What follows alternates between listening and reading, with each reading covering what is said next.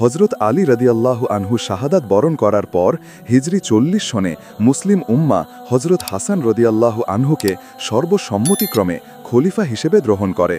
সেই সময় Medina, Iraq ও হিজাজের মানুষ তার কাছে বায়াত গ্রহণ করে।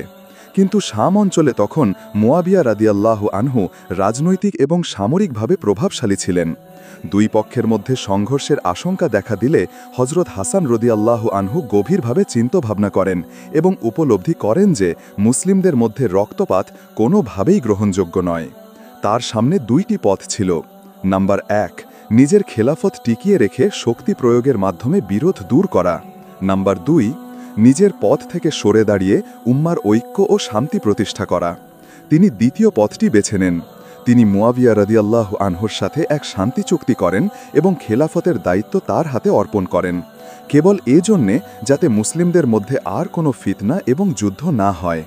ইতিহাসে এই ঘটনাকে বলা হয় সানাতুল জামাআ, অর্থাৎ ঐক্যের বছর।